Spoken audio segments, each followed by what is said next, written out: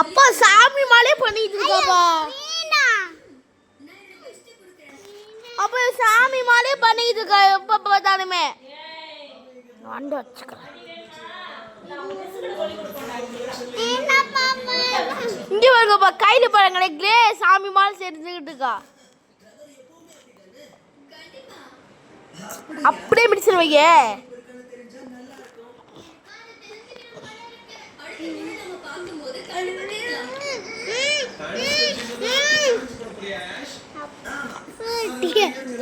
Video எடுத்து வச்சுக்க.